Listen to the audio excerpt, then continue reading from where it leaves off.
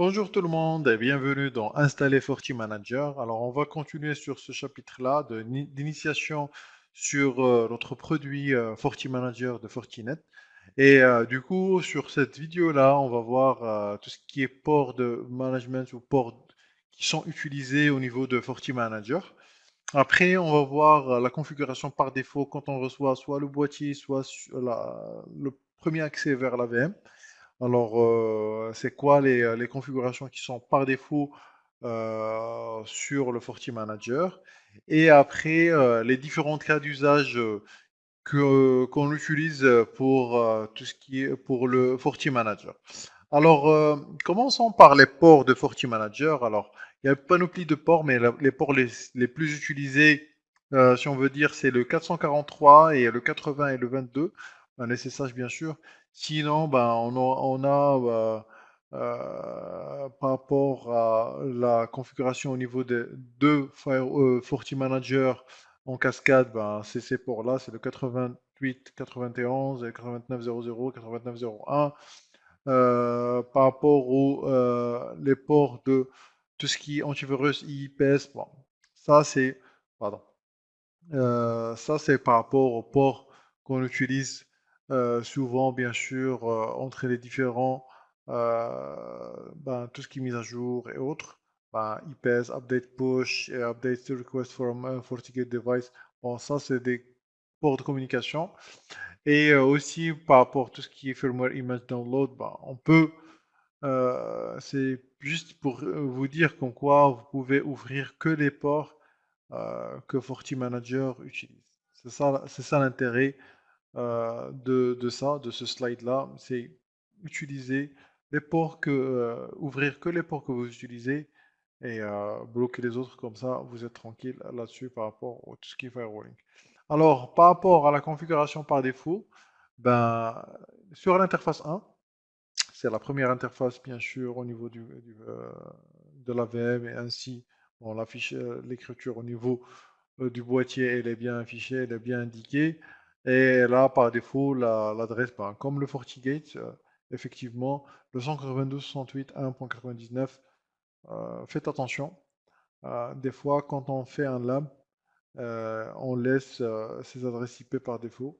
Et c'est pour ça que moi, quand j'ai généré ben, la licence, j'avais besoin d'une adresse IP. Alors, c'est l'adresse IP que j'utilise qui a été générée bon, je me base sur des adresses IP pour la génération de licences. C'est pour ça que c'est pas l'adresse IP qui est par défaut. C'est pour ça que quand on a changé l'adressage, si on veut vous rappeler sur le premier lab, alors ça a basculé, ben, il y avait un problème au niveau de SSH.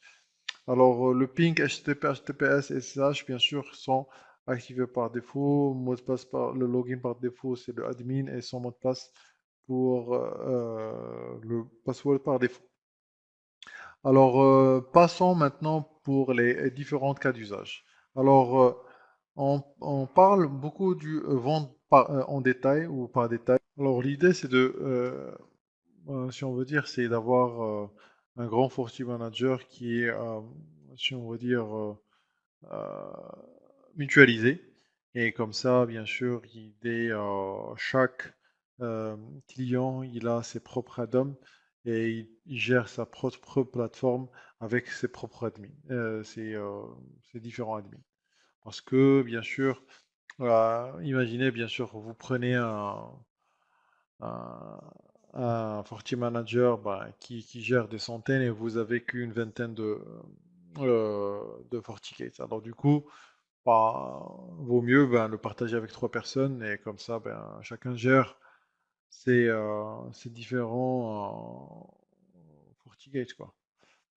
Et comme ça, bien sûr, on peut faire une petite installation ou une petite configuration au niveau euh, par défaut sur une clé et comme ça, bien sûr, chaque nouveau équipement FortiGate, on va uploader cette configuration là-dedans et comme ça, il va communiquer avec le FortiManager et dès qu'il communique avec le FortiManager, on va commencer à pusher la configuration là-dedans. Alors du coup, Ça, c'est parmi les cas d'usage qu'on peut utiliser. Alors, le deuxième cas d'usage, c'est le MSSP. Ça, c'est l'utilisation, si on veut dire, bah, en Managed Security Services Provider, bah, c'est pour le service provider. Il y a beaucoup de service providers bah, qui offrent ça. Ils vous offrent bien sûr des FortiGates sur vos sites et une interface pour gérer ces FortiGates.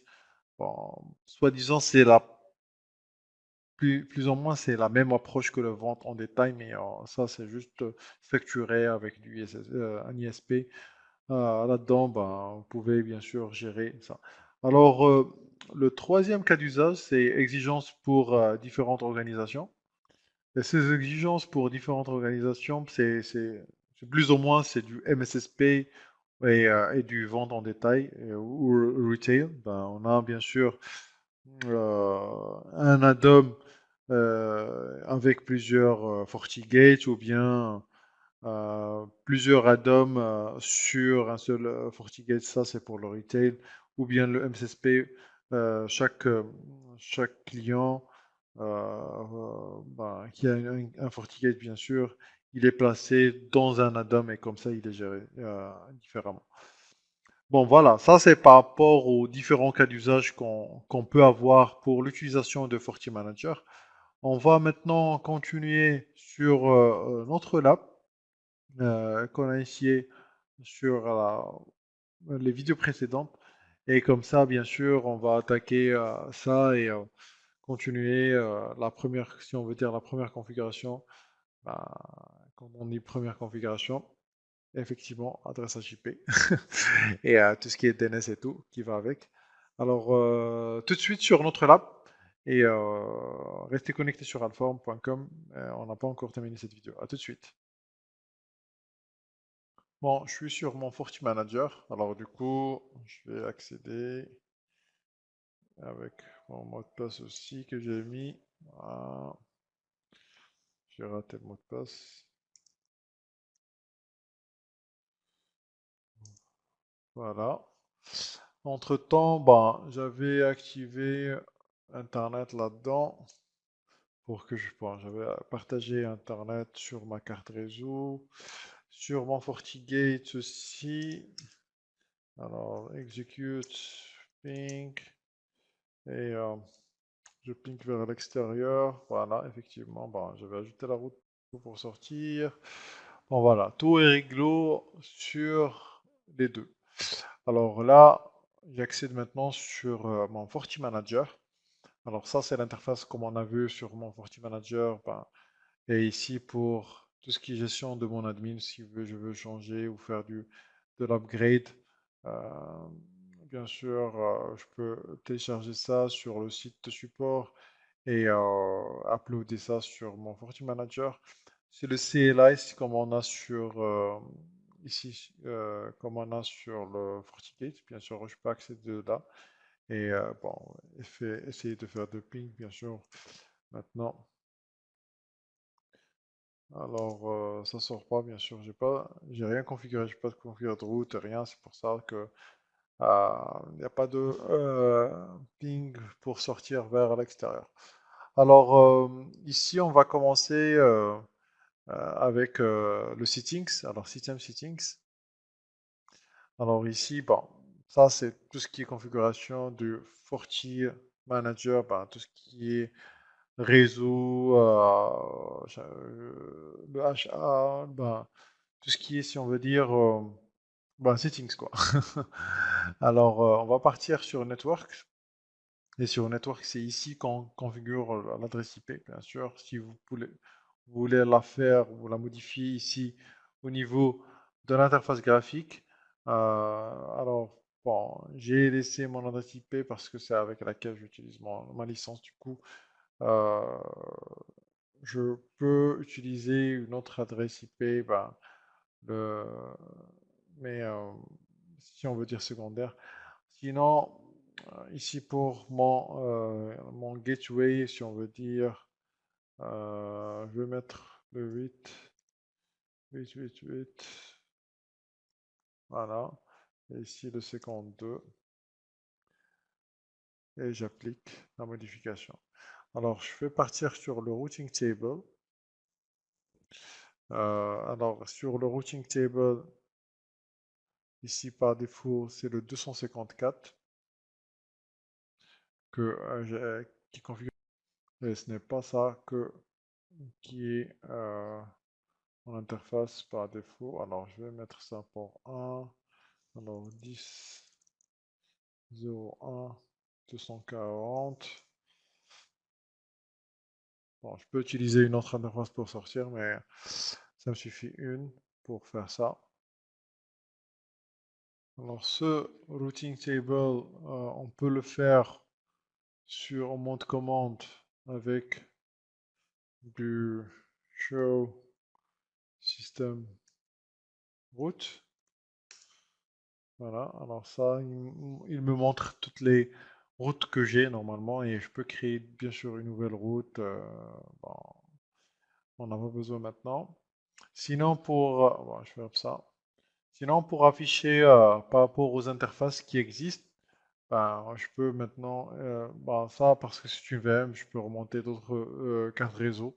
Et bien sûr, j'ai une limitation, mais de toute façon, l'utilisation de plusieurs cartes réseau, si à mon avis, le FortiManager, il est sur plusieurs pattes et ça sera difficile de faire du routage pour envoyer les logos ou l'information, la communication, pardon, entre le FortiGate et le FortiManager sur une seule interface. Alors du coup, il vaut mieux utiliser plusieurs interfaces.